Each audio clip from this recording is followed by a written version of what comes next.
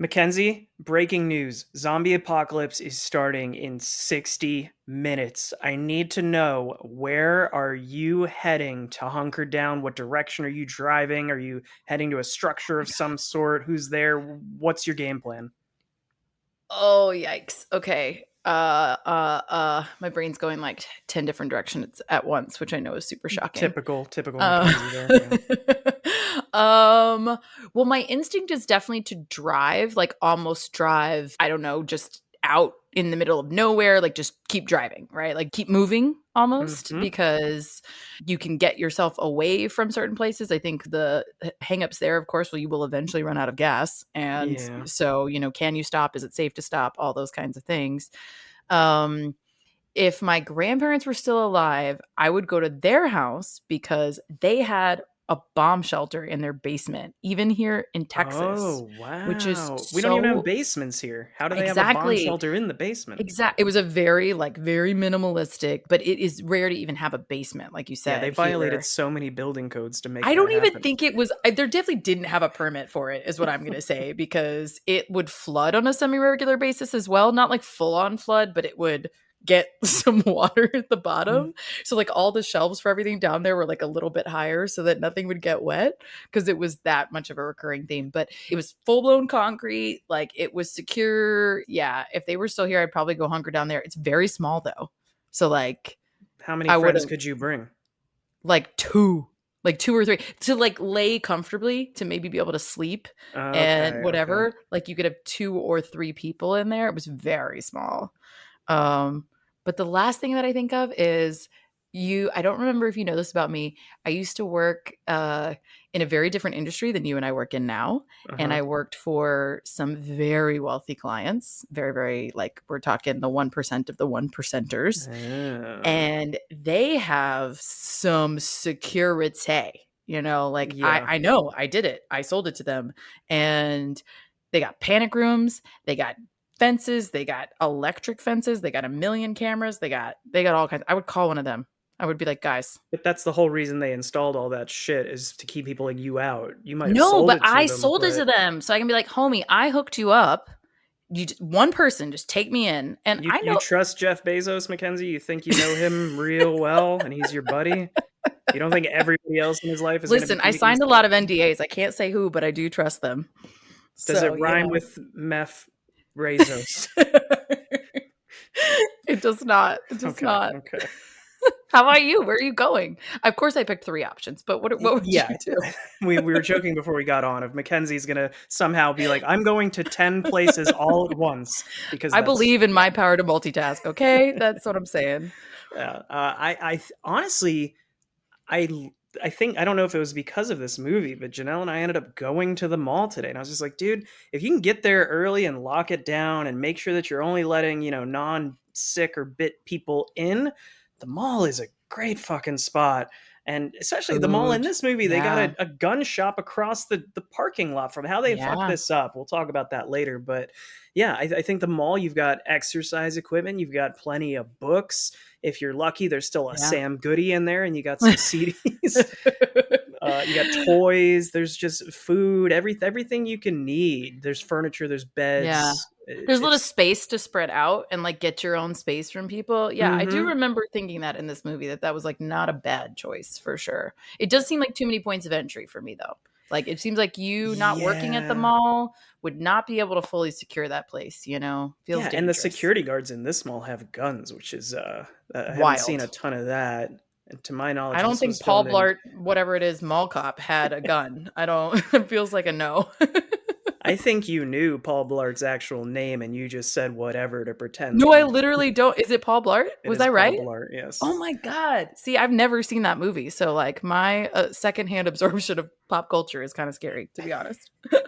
Fair enough. All right, let's get to it.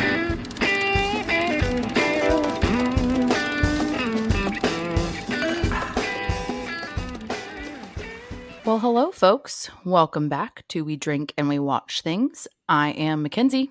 I'm a zombie. No, just kidding. It's Lemar. They I can't mean, talk. close enough, right? I mean, I mean, right? this is a back-to-back episode, so at this point, yep. I'm on Probably, autopilot. probably so. Yeah. We are on our second drink, so close enough.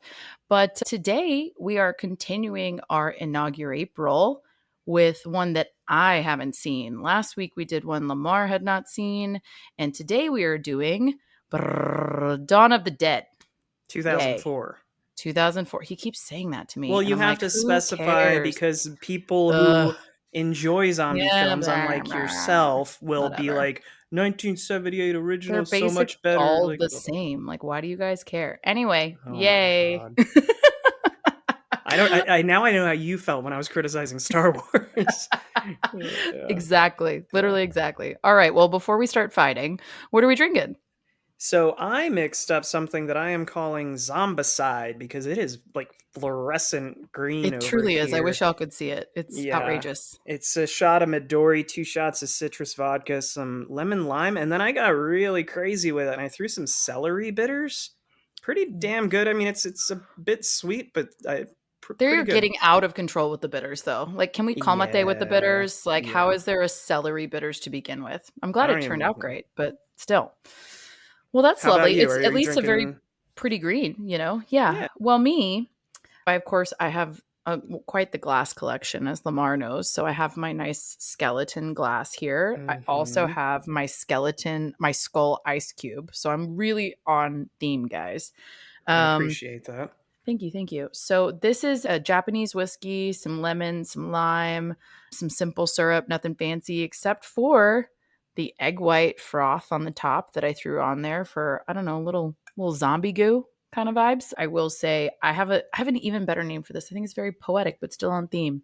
Death in the Afternoon. That's Feels fun. You should accurate. name drinks at bars. I feel like I should. I feel Yeah. like I should. They should outsource that job to me. I don't know that I should come up with all the cocktail recipes themselves, but I Mm-hmm. could name them. Yeah, for sure. There. Oh, well, cheers. Cheers. I could also style them now that I think of it because my glass collection, pretty solid, just saying. All right. So let's get into some basics of this film. As Lamar pointed out 27 times to me, this is the 2004 version of Dawn of the Dead. 2004. Oh, you got it. Yeah. Which I had that in my notes. I was getting there, but he cut me off. So anyways, 2004 version, and it's pretty highly rated. So this is another one of those situations where I'm the oddball out. Lamar was the oddball out last week. I am the oddball out. I will acknowledge this right up front. The IMDb rating was a solid 7.3 out of 10. And the Rotten Tomatoes was 76% for critics and 77%, so not far off, for the audience. So pretty Yeah. popular, I pretty think even well on received. rewatching it, it's a fun film. I mean, if you're not a zombie film fan, you're not going to enjoy it. Keeping in mind, it just occurred to me before we started recording, it's 20 years old at this point, and for a 20-year-old horror film, that isn't necessarily a classic where it's something that sticks or is Mm-hmm. groundbreaking like, an Exorcist or a Shining where it's something new, just retreading a zombie formula, but it's 20 years old. For it still to feel this fun on a rewatch for me was pretty surprising. Yeah, I mean, I'll give it that for sure. I mean, it kind of holds up for being like there's some definitely a few Yeah. things that are dated and don't land well, but I think overall, like from an effect standpoint and even overall kind of a setting standpoint, some of that still resonates and kind of feels like you could buy it for sure. And it doesn't.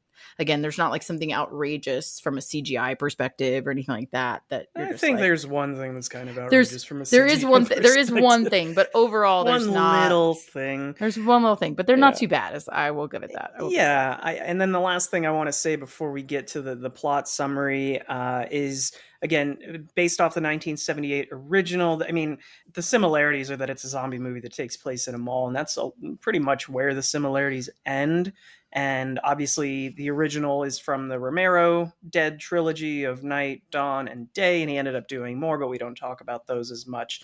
But I think this one does justice to the original while still being different. But I really, all that is to say that we're not really going to reference a lot of the 1978 one today because Mackenzie's viewing is just based on a single watch of this, the same way Yeah. that we didn't go into the book details on Dune last week. So if you're here Mm-hmm. to moan about how things are different from the original, we're not going to talk about that. We're just going to analyze this film as a standalone. Yeah, for sure. And I think, like you said, I mean, I did read up on it, and there's a few like character references that carry over from the prior Mm-hmm. one and names and things like that, but otherwise they're fundamentally different. But they also had to modernize it, to your point of that at that point, that was an older film and they needed to update it. So it's Mm-hmm. not that weird that it's a little bit different. But yeah, so let's get into some basics: writer, cast, crew, all the things. Director Zack Snyder. I know a handful of you got to know who this guy is, but this was his debut First for his directorial, directorial yeah. debut. Yeah, so he is known, as you guys probably know, for 300, Mm-hmm. Man of Steel, and then following that, the Justice League and the, as they call it now, the Snyderverse, which he ended up dropping out of, but for familial reasons, not because they didn't want him. Mm-hmm. Watchmen, and then funnily enough, which I didn't know about him, a shit ton of music videos. Did you notice I that? didn't know that either. Do you know Yeah. any off the top of your head that he did? Not off the top of my head, but there were some that were very notable that I remember going like scrolling through and being like, "Oh, okay." But yeah, he's done a bunch of them. Beginning of his career was all music videos. So Yeah. that's He that's also fun. put out a very shitty zombie film last year called Army of the Dead with funny enough Dave Bautista, who was in Dune last week, but not a great movie. If you want to talk about, we should watch that, and that we can Nope. criticize the shit out of, Nope. because you want to talk about loose ends. Yeah, that Uh is a piece of shit film. Again, Anyway. if you want me to just roast something, sure, let's do it. I will just bitch the whole time. But yeah, also side note, I think Dave Bautista, whatever, however you say his name. I feel like he just does literally everything that he's given. I don't think he is super discerning about his role Yeah, but he's selection. getting offered pretty good roles. I mean, I didn't see that Knock at the Cabin movie, but I feel like he hasn't really, ever since he got that role of Drax, it seems like he's been given pretty solid roles to do. So I wouldn't say no to a lot of them. I think he just kind of plays a similar, not exactly, but like a similar type Hmm. of character to me, and it gets a little old. But you do you, boo. Have a great time. But we also have the writers on this one are, as we know, really George Romero is considered. He's credited as a writer for this because it's the origin story was from his work, as you said. So the Yeah, I don't 1978 think he had screenplay. much to do with this story. He No, did say no. he enjoys it, but I don't think he even pitched in at all, which, I wouldn't if I were him either, No, I think they riffed off parts of his script is what I Yeah. read. It's like Yes. there's literally parts of his original material that they pulled from, so they credited him. And it's an homage to, I think people call him like the godfather of horror. So Hmm. he's somebody that they want to respect in this, again, from a source material perspective. So, but the majority of this was written by James Gunn, who, again, you may Yeah. have heard his name if you pay a little bit of attention to anything Marvel. He does a ton of the Marvel movies, but Mostly the Guardians of Guardians, the Galaxy. Suicide Squad. He's also been a Well, producer that in a one's bunch of DC. those. Don't get the Yeah. nerds on us now, Mackenzie. Oh, I am one of the nerds. I was about to clarify. Okay. So, Guardians, Suicide Squad, yes, is DC, and not our favorite outing, but he did okay. Yeah. And And then apparently all he the got a Dead little People bit of movies. all the what? All the Dead People movies was my note. He does a bunch of Dead People movies, zombie movies, Dead People movies, horror Mm-hmm. movies, bunch of Slither. those. Slither's a fun one. You get some Nathan Sure. Fillion in there. Great. Yeah. Awesome. You're not on board. You're like, no fucking way. I did read that Nathan Fillion was considered for one of the roles in this one. He did I not could get it. see So that maybe that actually. Yeah, yeah.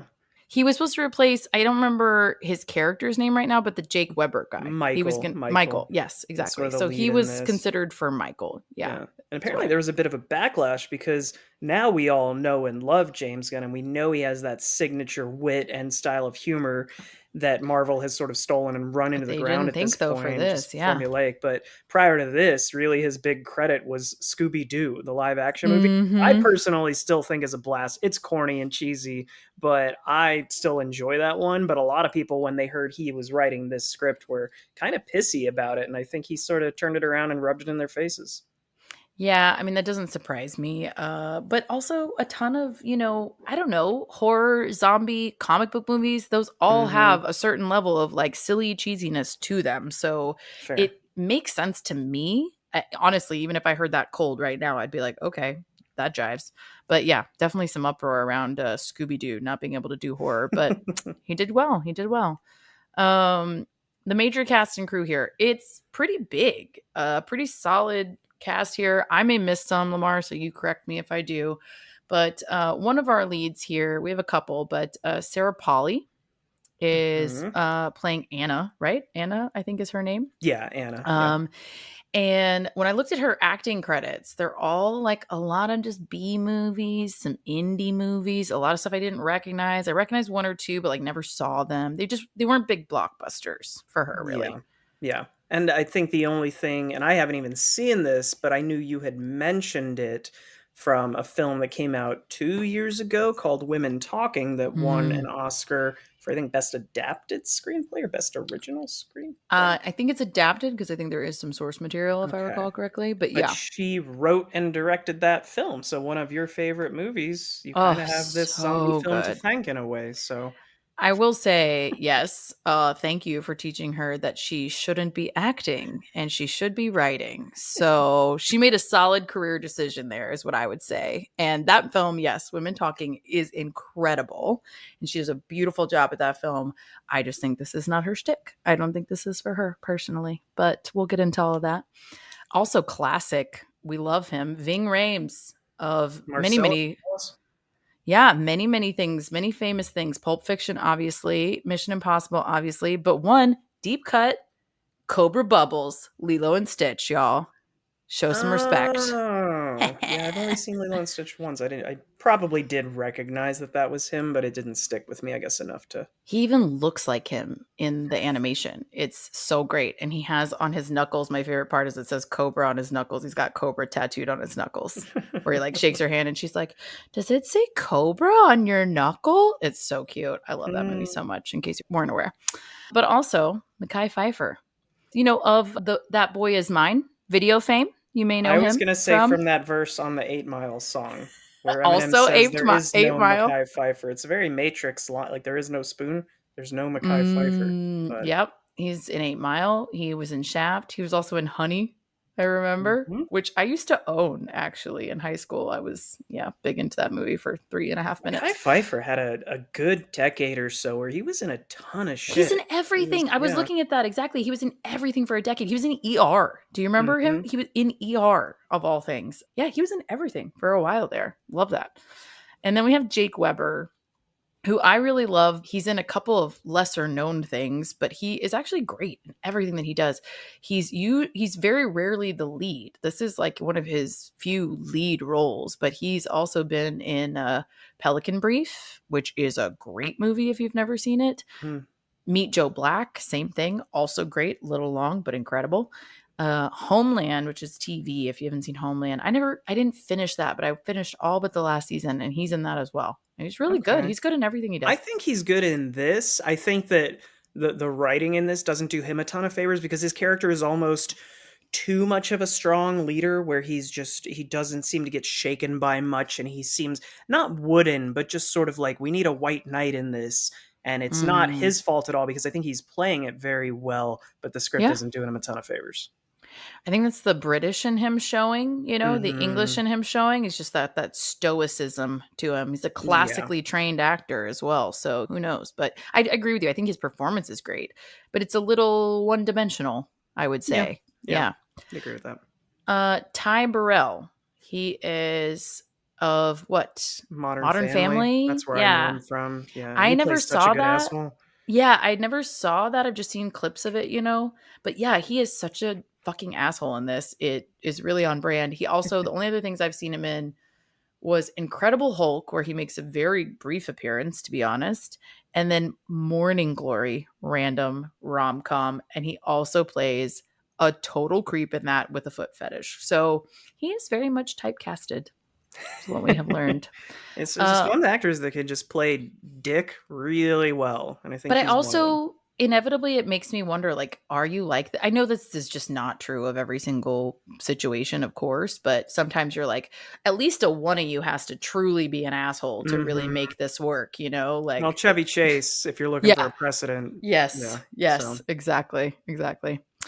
All right, we also have Michael Kelly, who plays one of the security guards, kind of the head security guard. And CJ. yeah, CJ. He's from a couple things that I know him from are Adjustment Bureau, which Mhm. actually doesn't have great reviews, but I love that movie. I think that movie is just really fun. It's based on a short story that I also love. Okay. And then House of Cards. That's He where was, I recognized him. Well, yeah, I saw him in this in 2004, and then I was very proud that he ended up on that House of Cards show yeah. until we figured out that Kevin Spacey was a piece of shit. But I was very happy that this guy was on there killing it. And he did great, and he has Yeah. yet to be proven to be a piece of shit. And he is a Hmm. total fucking cutthroat asshole in that show, but he's so good at it. He's so good at that. Hmm. So love seeing him. I had not seen this like origin of his, so that was kind of fun for me to see him in this totally different context and role. Yeah. We also have Kevin Zegers, who hasn't done a ton. I do remember seeing him in Smallville because I was a big Smallville fan. So Okay, I had no idea this guy's name, and I feel kind of bad for saying this, but what I said when he popped up on screen when we were rewatching this last night to Janelle was, he looks like Ian Somerhalder, and then I said Ian Somewhat Halder. Like he's just looks yeah. like sort of a version of like a bizarro version of Ian Somerhalder, but he didn't get on Vampire Diaries in this universe. That No. that's good. That's good Thanks. Thank you. because he's like one step removed, you know? He's like Yeah. he's very close but not quite the cigar for sure. And then finally, I had to reference him even though he's a very short cameo, Tom Savini from Dusk Till Dawn fame, which was, if you guys don't remember, pod fans, our literal first ep was Dusk Till Dawn No, versus throwback. Crimson Peak. So a little throwback moment for me. I thought it was cool. Yeah, and while you're on the topic of this, so you're not going to love this, but the reason that Tom Yikes. Savini has a cameo, as well as Ken Foree and Scott Reiniger, I think is his name, but all three of them were in the original Dawn of the Dead. And Tom Savini actually did, Mm-hmm. I believe, the visual effects. And so he got to, I know he said we weren't going to talk about the original movie, but in the original, he actually got to make his own death scene. So he did like this Yep. disemboweling of his own stomach, which he ended up doing his own death scenes in probably a dozen or more films over the years. They're like, he's really So, good at this. Let's yeah, just let him he do it. just Let's just loves let him like commit. killing himself on film. I did read that he was in it, but I didn't know all of that. So Yeah. that's super cool. And then we also have music and score. Is like there's not really much of a score to this, as I'm sure you can anticipate, but there is a solid soundtrack, musical soundtrack. What were Which, your thoughts watching? I mean, do you want to just talk overall now and get into the specific moments later, or does it make more sense to just say some of the music in this just comes out of nowhere, but I weird, love that. weird. It is exactly. I will say that it is every single time. It was like kind of a jolt of like, Hmm. what the fuck is that? Like, What's why are you Johnny just Cash doing here? right? Why are we playing this right now? But somehow, I don't know, it did kind of complement it in most Hmm. situations. Yeah. And it was unexpected kind of repeatedly, but I do think it sort of complemented what was happening in the movie, even if it was like a juxtaposition thing. You were just like, Hmm. this is kind of funny. But that was done by Tyler Bates, but there were several specific songs that were Zack Snyder picks that he like had to fight for and Oh, okay, specifically okay. was like, no, I want this in. And he had a couple that they were like, nobody wants this. I think it was like House of a Thousand Corpses was his pick, where he was like, I will, this has to end on this song, like in the credits or what have you, if I recall correctly. But there were a few choices of his that people were like, no, nobody will like this. And I wonder if those are the weird moments for us with the I sounds. I think that the weird music choices make this movie more memorable. I think the Mm-hmm. Johnny Cash one, when you listen to the lyrics, it makes a ton of sense why it's in there, and it makes this great sort of backing track to all this chaos happening in the world, Mm-hmm. for better like coming to an end in this film. And then the Richard Cheese cover of Disturbed's Down with the Sickness is a Mm-hmm. moment I remember seeing this in theaters 20 years ago and just laughing our asses off at that. But it still that moment holds up so well, that montage of them in the mall while that song of all things is playing. It's memorable. I think the songs really land. Another one that stands out to me is the elevator moment, which fun fact is there was not intended to be any music playing. And CJ's character, they get into the elevator, they're running away from zombies, and they get into the Hmm. elevator and they kind of get this little breath moment. And he just looks up like he just heard something and he's like, huh, I really like this song. And That's he yeah. he improv'd that in the moment, and then they picked a song and added it in, and it's very like chill elevator music vibes, and it just lands really well. I will say that was pretty funny. That's a cool way to improvise because worst comes to worst, they just cut that They just out. cut And that it's one like line. you're referencing nothing anyway. It's not ruining anything, but they ended up, embracing it, and I think that's pretty funny. Yeah, you didn't ruin a cut or anything like that. So it was a good move. It was a good move. But Yeah. real quick plot summary for those of you who may not know or need a refresher. So a nurse, a policeman, a young married couple, a salesman, and other survivors of a worldwide plague that is producing aggressive, flesh eating zombies take refuge in a mega Midwestern shopping mall. Pretty thorough, right? Anything By else you would? Midwestern, they mean Ontario, Canada, for Right, which is, clear. was it Ontario? I thought I was thinking Vancouver, but you're right. I think it wasn't Ontario. Point is, it's Canada. It's a Yeah. Canadian shopping mall, which I think is, supposed to be what? Indiana, something like that. Yeah. But yeah, so it's a zombie movie, but it did pretty well on its budget because other people besides myself like this movie. So 102 million against a 26 million dollar budget. So not a bad return. And apparently they had the budget slashed at the last minute because prior to this, House of the Dead, another video game film adaptation, had Mm, come out and bombed because that movie was a piece of shit. I've seen that too. So just for the record, Mackenzie, I don't love every horror movie. This is a winner, but House of the Dead bombed, so they cut this budget at the last minute. So for it to still do as well as it did and then blow away at the box office was pretty cool. yeah, I totally thought it was worth it. Super love it. No, I'm just kidding. I do think that's, solid performance for, again, you have to make adjustments as filmmakers when your budget gets Mhm. cut last minute. So they obviously did a good job calling an audible and still making, like, there's nothing stood out to me, for example, that I was like, oh, this is like poor production value or they lost Right. their, but you know what I mean? Nothing stood out as like they missed a mark as far as the production of it all, for sure. So pretty good. Yeah. So I would say this is your wheelhouse. You take the wheel, my friend. Talk us Yeah. through this gem of Great, a film. great. Yeah, Gem of a thank you. Thank film. you for getting the words right. So I'll lead the discussion today. I will say we're just going to spoil the shit out of this. It is 20 years old. So if you're planning to see this, obviously, if you don't like zombie movies, maybe don't watch it because Turn you'll around, probably don't have, yeah, drown, because you Mackenzie will. experience. If you enjoy horror movies, zombie movies, anything, action films, even I would say, or comedy action, or James Gunn or Zack Snyder, any of those things, I think this is worth a watch because I do think it's a fun experience. It's not a perfect experience, but it is fun. So let's start at the beginning. What did you think? Because I texted you and I said this is like one of my favorite opening 10 or 15 minutes in a horror movie. I just think it sets the tone right away. It jumps right into it, and you get thrust into this. A lot of times in horror, you get a character who's going to die in the first 10 minutes. They're just setting the tone of Yeah. like, there's a killer somewhere, there's a slasher, this Yeah. person dies. In this, we sort of jump right in with our main character, and we're sort of caught off guard by literally about 4 minutes into the film, we get a zombie attack, and then it is just pure fucking chaos for 6 or so minutes before the opening credits. So, what was your Yeah. reaction watching that as a first timer?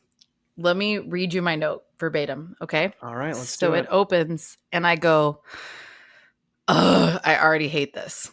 What did you hate, Mackenzie? What did you hate? I just love that you specifically texted me like, this is the best opener ever, and I immediately was like, I hate it. I hate it. What did you hate at the beginning? They're in I hospitals. You don't like hospitals? No, I don't like hospitals actually, but Okay, for that's what. Okay, unrelated we got to the reasons. bottom of it. Hey, when you spend a lot of time in a hospital after your accident as a child, you do hate hospitals. But Okay. no, that's not the why, although that doctor doesn't seem great, but whatever. Okay, for context, I watched the trailer to this and to 28 Days Later, I think was the That other was one we the were other talking about. option. Yeah. Right. So I watched them both to pick one and decide which one to go forward with, whatever. So I had basically just seen the trailer, and the trailer has a fair amount of that opening sequence in it as Okay. like a good chunk of the trailer. So Mhm. you have like the little girl makes an appearance before she's a zombie, and then you see her in the bedroom, and at that point you don't know, like in the trailer you don't know who she is. You assume it's their kid, probably, to be Mhm. honest. But I had seen that scene take place already in the trailer, so I completely expected it. And I assume that that's why, because I was just like, okay, great, she's a zombie. And I just was like roasting it the whole time. I was like, she doesn't look normal. I don't know if you're asleep and bleary eyed or what, but like, she doesn't look fine, even in the shadows, you know? So I was like, why is this guy running up to this kid? And once I knew, especially watching the full version, that it wasn't their kid, I was like, why are you not totally creeped out by the little kid in your hallway? Have you never seen Children of the Corn? Like, this is not a safe space. Don't walk over there. And then, Well, of course, but she this turns out to be a is, zombie. but I think most horror films, the suspension of disbelief is that the characters in this film have not watched other horror films. In most I know, cases, but there's some self-referential. my fundamental issue with most horror is suspension of disbelief. So I will totally own that right now. Is I am just looking at the logic of it and going, this is So you're the ridiculous. problem. The problem I'm is you. I have never said I wasn't. I'm super Okay, the fair. problem. I So, because don't I can defend these points, but if you're already admitting, this No, I personal just don't buy bias, it. It's what it comes down to. I just don't buy it. I And then think if you're there's living in a residential neighborhood and zombies have never, you've never seen a zombie film, that's never been a thing that's existed to you, and the next door neighbor's kid stumbles in and is covered in blood and is missing part of their face, you probably would run over and be like, "Holy shit, what the fuck happened to you? Are you okay?" So I think it tracks logically, and he is, to the actor's credit, I think he does do the bleary eye thing. So maybe he doesn't yeah, realize just maybe how that's why. hurt she is, but yeah, and I mean, I don't think it's fair to say because you watched the trailer and then started the movie that you knew everything that was going to happen. No, I don't mean that. I just mean I saw that sequence. So when we're talking about the opening So it took some specifically, of the it tension w- out of that scene. right. That's I fair. just mean like I knew that whole scene, what was going to happen, and so it didn't land to me the same way. And Fair. I'm totally saying I think it's having watched the trailer right before. All right. So, All right. So uh, what about when she actually jumps in? Because I think it's weird watching this because Zack Snyder has a very specific style that I always think of him as doing, and it's a lot of slow motion and sort of like the weird use of lighting that sort of lended itself to when he took over the DC universe for a little bit. But I think of it with like 300 and Sucker Punch, and in this, I it do was have that note, the lighting. yeah. Okay. Because Yeah. in this, I just thought it was weird that we got these shots, the overhead of the town as she's arriving home from work, where it's slowly Hmm. like it's multiple shots, but it's dropping down to her house. And that sort of mirrors itself when she gets into the car and is speeding around, and we're zooming out and seeing it, Mm-hmm. the chaos on the way out. I give Snyder a lot of credit. I'm surprised he sort of, I don't hate Zack Snyder's style, but I think he backtracked a little bit because I think he does some creative things here visually. Yeah, I can appreciate that for sure. I can appreciate the shooting here. I can appreciate the lighting. Again, it's my second note actually, where I was Mm, like, there's some very post-apocalyptic lighting here, and I think it really checks out. Like it really lands. And I like the way the creative, again, if I hadn't maybe just seen the trailer or whatever, the creative use of lighting, even in that scene, makes a hmm big difference of how you would interact with this kid in the hallway, right? So Yeah. I do like I give credit to the production aspect, the cinematography aspect of those moments. And I do think that's really, and I do think that overhead shot, to your point, is like really creative and interesting. I don't like once we get into that opening sequence so much though of her getting in her car and some of those like all the crazy things that are happening around there, and you see other people are already just pure mayhem. And I can't remember the order of operations exactly, but certain people get killed and get run over, and then some hmm guy at one point tries to get in her car, and like I just see her pause at multiple points. And like back to your question of me at the top, like if I am escaping a zombie apocalypse and I am trying to get the fuck out of Dodge, I'm not stopping. Like I'm not stopping to look at things. I'm not stopping to like evaluate. I'm off-roading this bitch and I'm getting the hell out of Dodge. Like that's the goal. And she totally leaves herself susceptible to this random guy to come attack her and try to take her car. And then she, of course, crashes her car like a fucking idiot. So Well, I have you just, ever heard that theory about horror that part of the enjoyment of horror, especially when it comes to this isn't a slasher, but when you look at slasher films, is that it's supposed to make you feel smarter than the characters because then when they die in slasher films, for example, you almost like laugh at it because you're like, how could you do something so stupid? It's that classic trope of like yelling at the movie screen of like, why would you go in there? Like that's part of what makes horror enjoyable because you get to feel fucking smart and like I would do so much better in this situation. I think maybe feeling smarter than other people makes certain people feel good and enjoy that. It just makes me angry. I'm like, you're stupid. And so I just don't, I'm like, be smarter. Maybe other people enjoy being smarter than other people. I just get annoyed at it. So I maybe don't know, that's you why the say angry, experience but is you have a big smile on your face while you're saying it. Just saying. So, anyway, all that to say, we that's what gets us to the opening credits. I do again, the Johnny Cash opening credits I think are great. I forgot about the sort of intercutting of the news segments plus the hmm actual credits with the blood smears.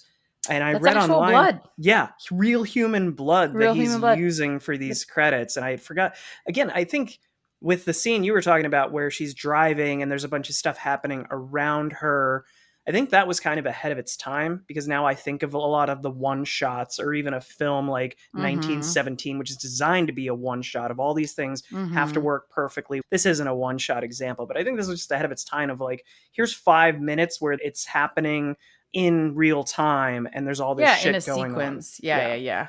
And I do think he has several shots like that. Just speaking to like later in the film as well. He has these long shots. They're not like one shots, like to your point of 1917 volume and length, but he has these longer shots that lend themselves to some continuity of the Mm-hmm. scene in a really interesting way. So I do like that. And I think that she does center you in the action as a character. Like, even if I'm annoyed at the things that she's doing, she maintains and it's partially the way that it's shot and it's partially the way that she's acting, but she maintains your attention in the middle of the mayhem, which I do Yeah. think is hard to do. It's hard with all these distractions and these cutaways and things like that to maintain that kind of center focal point. And they do a good job of that. Yeah, I think that's a good call out for as much as you and I agree that Sarah Polly's performance it's fine. I don't think it's a horrendous performance, but I think she and Michael are two likable leads. The two main characters in Yeah. this feel semi like real people. There's a few caricature type characters in this where it's like, oh, this is the former gangbanger, and this is the cop who doesn't have time for anything but himself, and this is the like redneck hmm semi-racist character. It hmm does fall into that sort of stereotypes, but I think the lead characters in this are pretty likable. Yeah. But moving out of the credits is when we finally like, let's just talk about the mall. And I don't think we need to touch on every plot point, but when they get to the mall, we meet all the other cast of characters. Any moments at the mall that stood out to you? I think there's several things at the mall where you realize this could be really good or this could be really bad. So I Yeah. think it's an interesting choice of where to hunker down. It's not a bad idea, but it's like Mm-hmm. you can think of reasons why it could be a bad idea in the long term, and we find that out to some degree. Um, so I think that was my first thing of this is going to be potentially hard to defend, but I can see Yeah. why it would be a good resource. You see the initial interactions are really interesting. And again, to your point, there's a lot of like tropey characters that make their appearances I and think they, before you move on, I'm sorry, but I yeah, need to say, I think they foreshadow what you said about this could go really good or really bad because the line always, the first time I saw it in theaters, it made me laugh and it makes me laugh every time. When they first run into, when Sarah Polly and Ving Rhames characters run into the other group and they're sort of like, well, we went that way, we got attacked, we lost 5 people.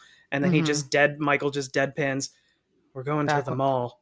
It's Yeah, like go he's to the not really mall. excited about it. It's just like, well, this is kind of what we're gonna do. So This we're is what going we're to the gonna mall. do. Yeah. And I also like that before that he has this big pause between something else he said to them. I can't remember. And then he goes, yeah, back when there were 8 of us. And it was Mm-hmm. like he's already a little adjusted. He's a little deadened to numb to Yeah. this situation in what seems like a pretty short period of time, I mean, he's been through like 3 divorces, Mackenzie. So maybe he's just got that wall up, Yes, you know. fair. Having been through one myself. Yep, I Uh, can't imagine 3. That must be what it is. You're right. But yeah, so he's already, I don't know, he's like climatized to this mm-hmm. already. But it helps get, Ving Rhames and Sarah Polly's characters to like come with him, and that's good. And obviously precedes all the action thereafter. But the fountain scene, to your point of like anything that hit you right away, the fountain scene where the zombie is Yeah. like there, I'm like, okay, so we've already established this place is dangerous and we're going Mm-hmm. to lock ourselves in here. And also, that fucking zombie in the water was the worst performance. It was so bad. Like, and I just had to be like, okay, it's just, he's just doing a really bad death. whatever, fine. But then you, of course, come back and you find out that he's, quote, a twitcher, which really, really with this, Yeah. a twitcher, okay. Well, you gotta And shoot him in the head, Mackenzie. Otherwise, obviously, yeah. obviously, them's the rules. But I like, it's funny, it like harkens back. They see, or actually, it's later, I guess. They see the cut of Tom Savini's character playing the sheriff, who's like, "You gotta shoot him in the head, and you gotta set him on fire," and all these Mhm. things. He's just so in it and ready to fucking win it. And I just love that short little cameo of like, obviously, this is what you have to do.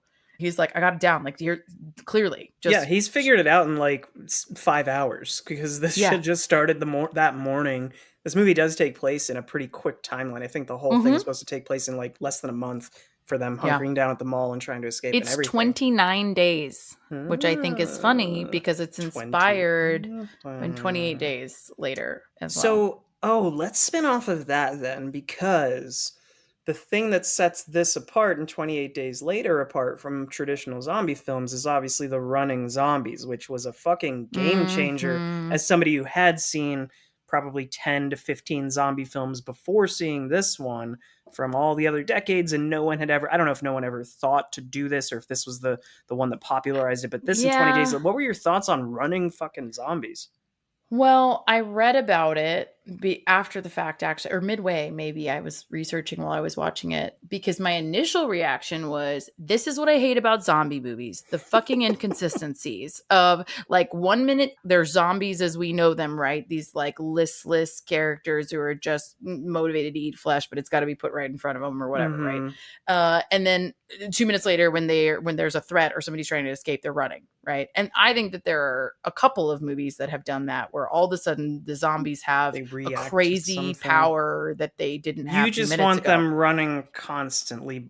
I want them to commit one way or the other is what I want. You Yeah. are either a listless zombie who can barely move and just are I the think undead, I mean, or you are a runner, you I'm know? with you because if I got turned into a zombie and I could run as fast as I wanted to with no exhaustion on my lungs or my heart or anything, I would be fucking sprinting all around the earth. Like Sprinting all I'm the over. fucking Flash. Yeah. So Well, it's the only way that I will run. So I agree with you. Like if I had to not breathe while running, then great, let's do it. But I will say that I read about that because I was like, there's going to be these, they're going to run and then they're going to be listless and whatever. And then to your point, they can run throughout. And it mhm. is a consistency that I didn't expect. I will say that. And I gave Zack Snyder a lot of credit of being like, yeah, he was defending that choice of they don't always run. And I wanted them to be able to be active and all these things. But at least he was consistent about it, was my thing. I was like, I don't Yeah. care what they do. I just want them to do the one thing. And that's their behavior. That's You know? I mean, I can empathize with that because anytime there's a sci-fi film, I'm just like, dude, just tell me what the rules of the universe are, but Right. stick with those rules. So I feel you. Yeah. Mm-hmm. Mm-hmm. I was Yeah. also laughing, backtracking slightly, when right after the opening credits, Sarah Polly's character gets out of her car and a cop points a gun in her face and is like, "Say something." And I'm like, "This poor woman is concussed," and I just wanted That's her to, Bing. and she says like, "Please," and I just wanted her to be like all concussed and fucked up and just go, "Biscottios." Like she Yeah. just couldn't think of what to say.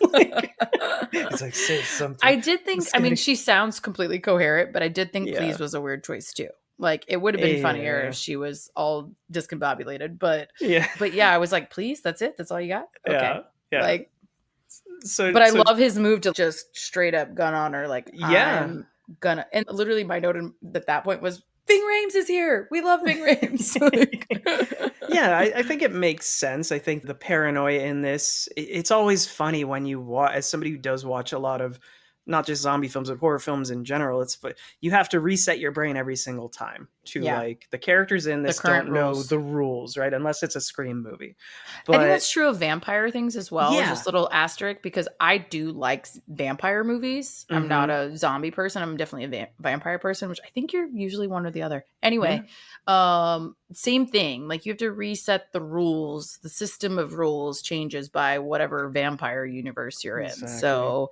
that was what was interesting here for me, is like getting acclimated to, what are the rules here? Yeah, and not just the rules of the zombies, but I brought it up all to say of the distrust at the beginning of him putting the gun on her, of when Mm-hmm. they get to this mall and the security guards just putting them at gunpoint and saying, "We're not letting sick people in, because at this point they don't know what it takes to get sick. We get that later with like, it's the bite. Right. And obviously everyone who's seen a zombie movie knows it's the bite, but the characters don't. So But here's my thing. yeah. Really, sidebar there. Like, even if, I mean, I can't say I've never seen a zombie movie, so maybe it truly does inform my thought process here.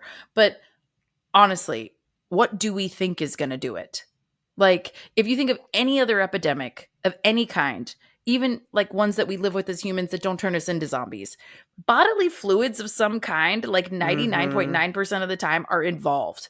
Like, do Yeah. you think it's going to be okay that this thing bit you and got its saliva on you or its blood on you or whatever? That's the part where I'm like, this is just the fact that I'm supposed to suspend that disbelief is not unique to this universe. That is just contextually stupid to assume that this thing can attack you or slobber on you or bite you or bleed on you or whatever, and nothing's going to happen. Like, I just want to know, what do they think is causing it? Like, Yeah, what? and also the fact that the military doesn't even seem to pick up on that, and I feel like the Yeah. military would be the most likely to shoot on sight of, yeah, we're not going to let anybody in here who has any sort of complications from this. I hear you. Say, you said bodily fluids. Say it again. Bodily fluids? Okay, we just increased our view count by like 3 people. Awesome. Okay. So we move on. We spend a lot of time in this mall after we get to this setting. I thought there was some fun, humorous moments in here. There's obviously a lot of tension, but once things sort of settle down, I really like the scene where they're just shooting quote unquote celebrities in the Oh, parking lot. okay. Yeah. Where they're Yeah. saying like I do like that. you see the shot of you see the bullet Burt shot, Reynolds. and And then he's like, he didn't even look that much like him. Like, yeah. I like how they open the scene though with you're just looking through a scope and then you see the zombie get shot, and in And your you're head you're like, that kind of looked like Jay Leno, and then they cut to the board of it saying Totally Jay Leno. I'm agree. like, that's James Gunn at his finest right there. I do agree with that shot. That cut is very good because you almost like for a split second double take and you're like, is that supposed to be Jay Leno or a Jay Leno lookalike or whatever? And then, yeah, they cut over to the sign that says like, get Jay Leno. I do agree. I thought that was funny. I thought that whole relationship with Andy and what is Ving Rhames' character name again? His name is Kenneth.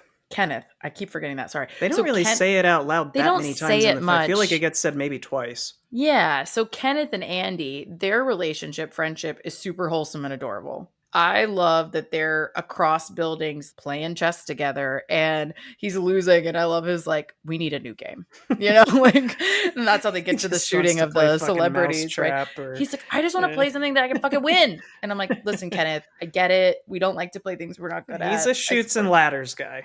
He's a shoots and ladders guy. I love that you have all the board game references ready because you're such a little gamer nerd. But yeah, he's the easy game guy is what I can say. And the other guy is like, let's play chess. I just thought it was adorable. Their little back and forth. So that was fun for me. Yeah, totally agree. And I think as the other characters show up here, we get the entire down with the sickness montage, which is kind of fun in itself of like, okay, we're here, let's kill. And I think it's about 3 to 4 weeks that they pass the time in the mall there. So you get that. You get Ty Burrell being a total douche nozzle. Oh, he's the one who ages the most poorly from this film. He says like, it's him or one of the hickey security guards who says the F word, the anti-gay F word, I should say.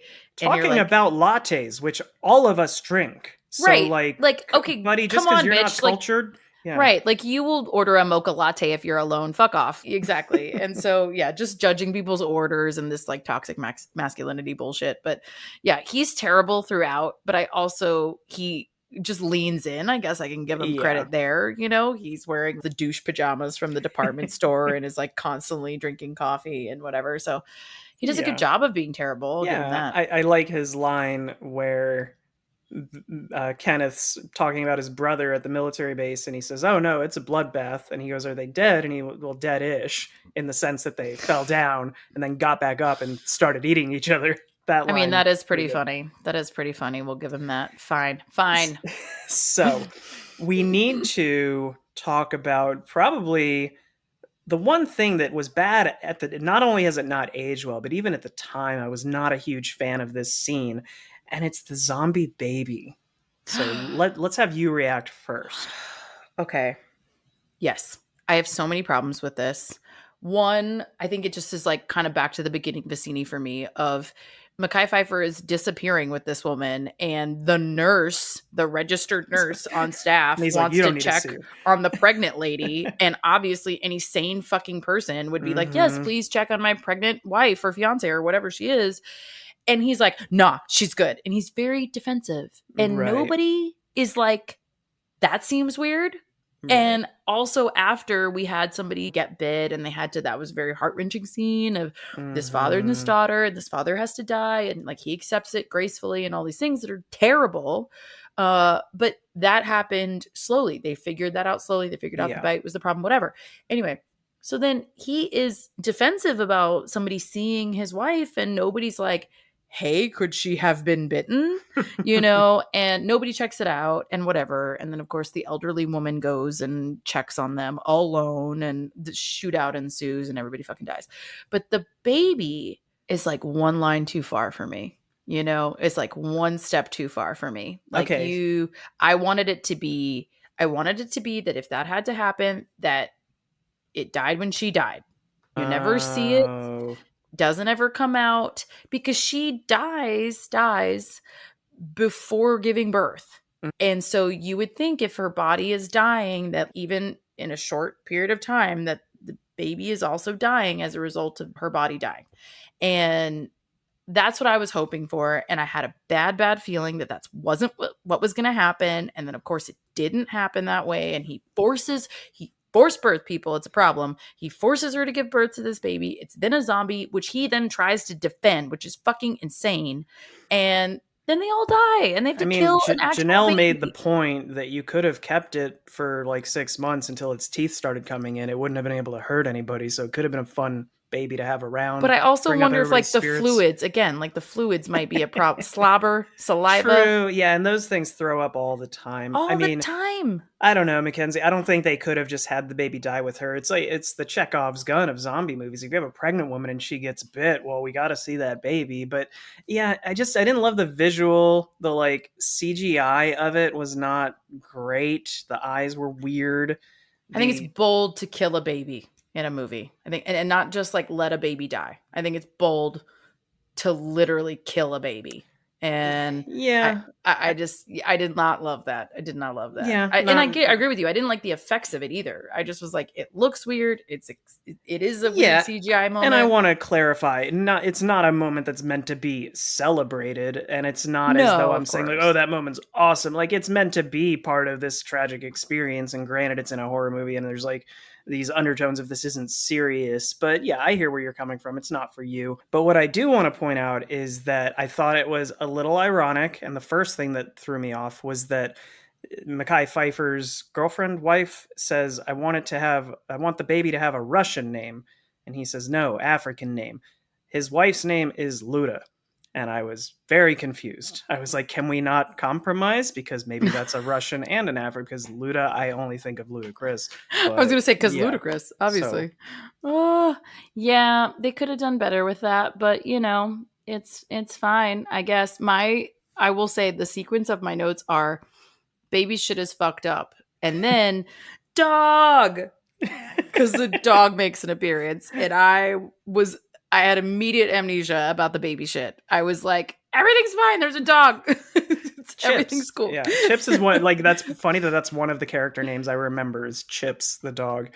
Yeah, I like the fact that the zombies don't even fucking bother with him. I also laughed when Chips was assigned to run a sandwich Yeah, over that is to some Andy. bullshit though. That they were just like, "Hey, He we volunteered as assume the tribute. zombies aren't gonna eat the dog." What evidence do you have of that? You have no evidence. He was in a fucking parking garage. You have no proof that these zombies don't care about him, and you just right in the thick of it, just I drop mean, him they're down. going off the evidence that they have because the same thing with the bite. They saw it happen twice and they were like, "Well, that must be it." And he But when was did they running around in the see? garage. Well, there were zombies in the garage Yeah, because but they it said, "Oh, seems like they had just broken in, or at least the way that I read it was like everything had just well, gone to in. be I don't fair, I've know. seen the movie like four I times. was gonna say I don't So know. what happens is he shows up, and then one of the characters says, "How do we know there's no zombies in here?" And somebody else says, "Well, they would have attacked him if there were zombies in here." But then the zombies do show up, so they're like, the zombies must not care about animals because they didn't attack him or make any noise. I guess I just So wasn't sure of that sequence of like, did they just get in or it's a whatever. leap in logic, but either But way, anyway, so I just yeah. don't believe in sacrificing dogs, is what I'm saying. But okay, fine. Chips can go deliver a sandwich if they, and then it proceeds all this other nonsense of. That on rewatch is the most frustrating, and again, it is just dumb horror movie characters doing dumb shit, because as soon as she ran out to save the dog, I was like, well, So I would dumb. just leave her. Like, Exactly. They're all like, we have to listen. You got into this shit in the first place by trying to rescue Andy. And then now we're going to go right after that. You guys have issues with your learning curve because you immediately go after her again. And you're like, well, let's go sacrifice everybody to her. And I was like, this is bullshit. This is so stupid. But yeah, to your point, it's just dumb horror movie decisions. I don't know. It also blows my mind that they've been across from this parking lot from the gun shop for 3 or 4 weeks at this point, and at one point they're adding up their ammo and they say, we only have this many bullets. It's like, you have a gun shop right there.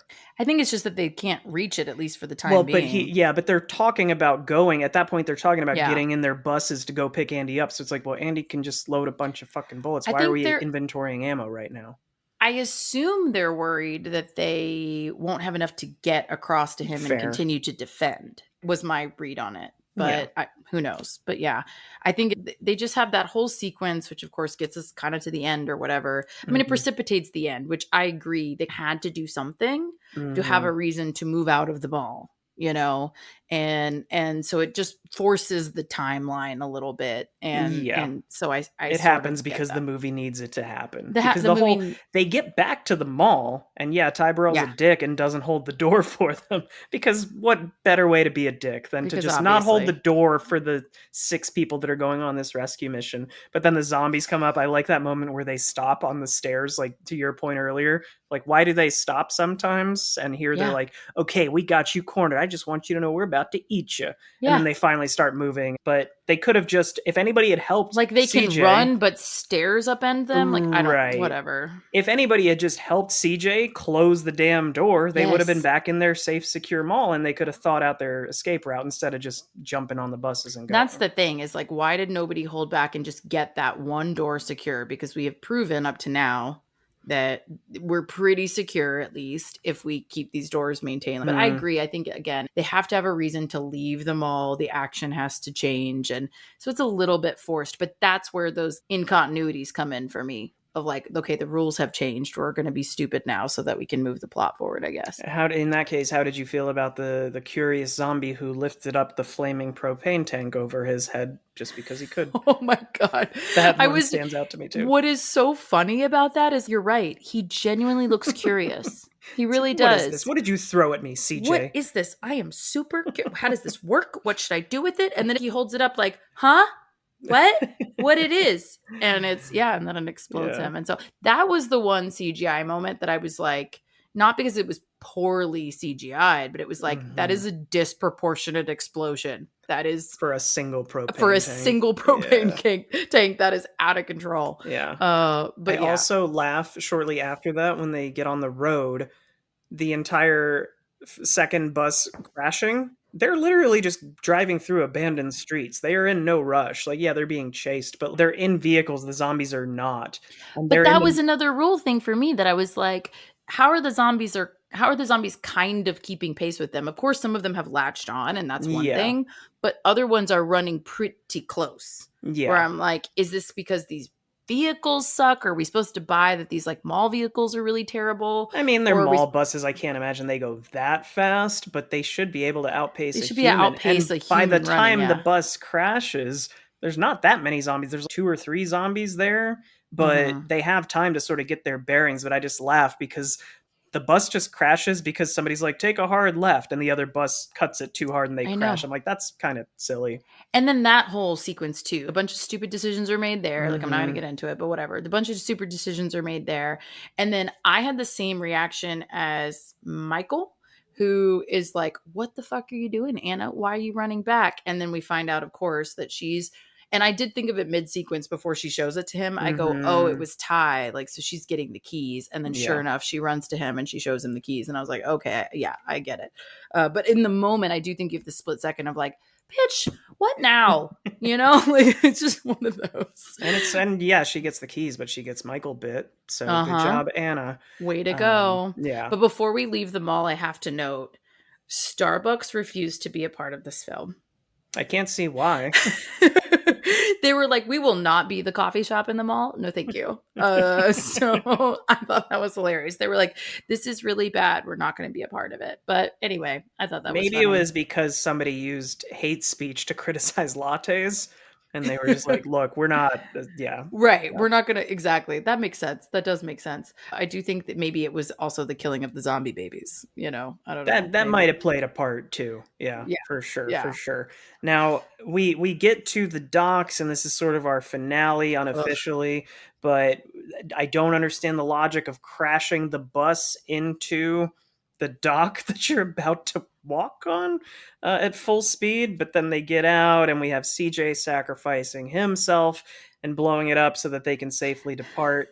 And I What do go, you got there? CJ going out in a blaze of glory, man. Like I was like, good on you. Because he was obviously, as we know at the beginning, kind of a douche canoe. And so Yeah, you're like, yeah. really? And he gets more mild, I would say. Hmm. And so then he's had the most growth as a character, perhaps. And he sacrifices himself. And I guess that's his poetic hero moment. Yeah, CJ gets a nice little send off, and then we get Michael revealing his bite to Anna as they're all getting on the boat, so he's going to stay behind, and we get that final scene. I do like that last shot of the boat quietly with no score Yeah. sailing off, and then the gunshot with the cut to black, and the Love that. immediate start of that song, People Who Died. I don't know the artist off the top of my head, but that was actually funny enough featured in the newest Suicide Squad, which James Gunn directed. That same exact Mm-hmm. song opens up Mm-hmm. that movie in the opening credits. Oh, I've yeah. only ever heard that song in film, really. It's never been a radio staple or anything like that, film and TV. But I Yeah. love that cut. And Everything coming together. yeah. And I then what also did you? love that shot though. I will say like the Michael shot and the boat cutaway. Mhm. I do love that sequence, but what the one thing I will say before we move on, I don't like Anna all of a sudden wanting to make an exception for Michael. And I Yeah, yeah, don't love the yeah. progression of that of like she just lost at the a month ago Right. her partner, fiance, husband type person, Mhm. whoever, They brutally, were sharing a terribly. bed. They They were were sharing a sharing a bed. bed. They were having date night, whatever the fuck, her person. And there's already clearly like sparks flying, a thing happening here with her and Michael. And she just seems to have moved on pretty quickly. Listen, he's thrice divorced. I'm 0% surprised. But I don't understand the like need for that hint of romance at the end. I don't think you need it. I think it made her look ridiculous and him look a little silly too. In because again, it makes you compromise at the very end of we know exactly what causes this. We know exactly what's going to happen to him. And she's like, I can help you. And it's like, Mhm. bitch, no, you can't.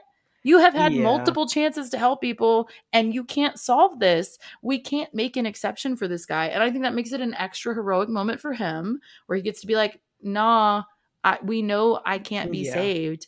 You got to go. And that's great. But it feels so silly to me. Yeah, I agree. I think they did. I actually called this out of I appreciate that they didn't have it be pure romantic between them. Like there's no Yeah, there's a kissing, there's no hint. There's a yeah. hint. I think There's they just a hold hint. hands, but it could also just be like I'm relying on you, like you're the person I trust here the most moment.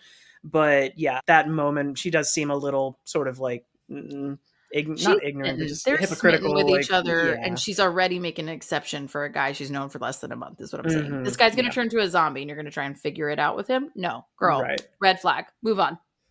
Ditch him, girl. Ditch him, So girl. she does. He shoots himself in the head. And then we go Oh my to god. the post credits where mid credits and we see all this interspliced footage of Steve video camera which the people on the boat now find and then start recording what's happening to them and they're sort of lost at sea and drifting and out of gas and don't have food or water. And they finally make it to this island that was their end game goal for escape, and it turns out there's zombies there. Yes, people do live on islands in the middle of a lake. Like it happens apparently. So thoughts on the way we close out? Sort of bleak.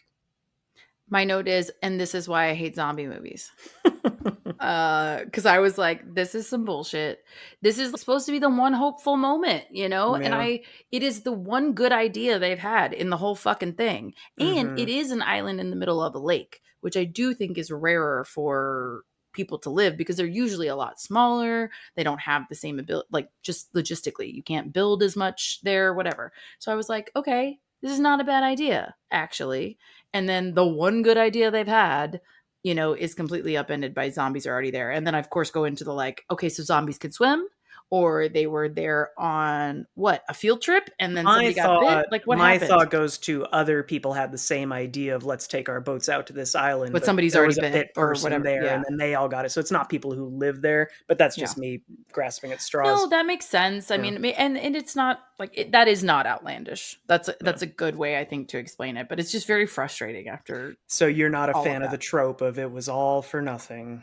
No, no, Yeah. I'm not. I'm like, they've already been dealing with so much and they've made stupid Mhm. decisions, but the one time they make a logical, reasonable decision that you can support and get behind, it also crashes and burns. No, not a fan. Well, with you saying that, I have eliminated like 20 horror films from like I'm never going to make Mackenzie watch this because it's a bleak fucking ending and it's all for nothing. Yeah. I will just say I went into this with an open mind and I picked the one that I actually thought, well, I had trouble finding the other one to be fair, but I did pick the one that I thought I would like better. And so I tried to be open minded. And there are, like you said, and you even made me appreciate parts of it more for sure by Mhm. deep diving on it. There are parts of it that are not bad that I don't hate, but no, I don't think this will ever be my genre. I think another one that comes to mind is like World War Z was a pretty universally acclaimed one as I didn't well. like World War Z, honestly. I liked I the didn't book. like it. I I didn't love the didn't. movie. I read the book. I liked the book okay, Mhm. but I'm a nerd as we know. I read all the books. I didn't even like the book very much. I had to suffer through the book. And but yeah, I didn't like it. So I don't know. Even the ones that people like, it's not my shtick, man. Fair enough. Well, we still appreciate you giving it a chance. I'm trying some sci-fi this month. You're trying some zombie horror. Go team. Go team. We're We're doing it. I like that we're just going to alternate. I'll be miserable one week, you'll be miserable the next week. We'll just This might run be that. the shtick. Who knew? Like this was the move. So, what with that being said, what rating are you slapping on this guy? Like a 5. Like a 5 out of Okay. 10. That's actually I'm pleasantly surprised by that. I thought you would have even gone under 5. I So, would have been under 5. I will say talking it through helps. I was at like a 4, 4.5. I think mhm. some of the things that even just looking at my notes, I was like, okay, I do appreciate more things than I thought of. Some of the humor, some of the shots, I think Mhm. are well done. So yeah, some of the things we talked about like kind of upped it a little bit for me, but like no higher than 5, a flat That's fair. 5. That's fair. Yeah, I think I give this points because I do remember seeing it when it came out, and I wouldn't consider it the same as it's not the same as nostalgia viewing because it's not as though, oh, I just like this because honestly, actually, most movies that I liked when I was 20 years old, I fucking despise now. There was a point Yeah. where Boondock Saints was my favorite movie, and I'm just I like, that is love not as Boondock good. I mean, Saints. it's fun, but it is nowhere near my top 5, 10 anymore. It's Yeah. just a guilty pleasure watch at this point. But Mhm. Mhm. this movie, I view it through that lens of the precedent that it's set, and it was pretty groundbreaking for the time that it came out. And I think it does a lot of things well, and I think it's still a fun watch, if with some downfalls or downsides. So I'll still give it like an 8. I think if we were just a horror podcast, I would give this like a 9 because I think for me it's really good as far as the horror genre goes. But overall, in the Mm. scope of cinema, I'll give it like an 8, which I think is pretty That's still much pretty on par with high. the That's still pretty IMDb high. rating. Yeah. Yeah, I mean, you're right. You're close. Like you're in the 7/8 is the rating pretty much across the board. So I don't think you're far off. But I think it's a little high, but I totally get it. Especially again, you appreciate some of the horror history of it all too that Hmm. that's just not my jam. But yeah, I think it's worth a watch. If you like horror, it's worth a watch for sure. I'll also asterisk my rating with that.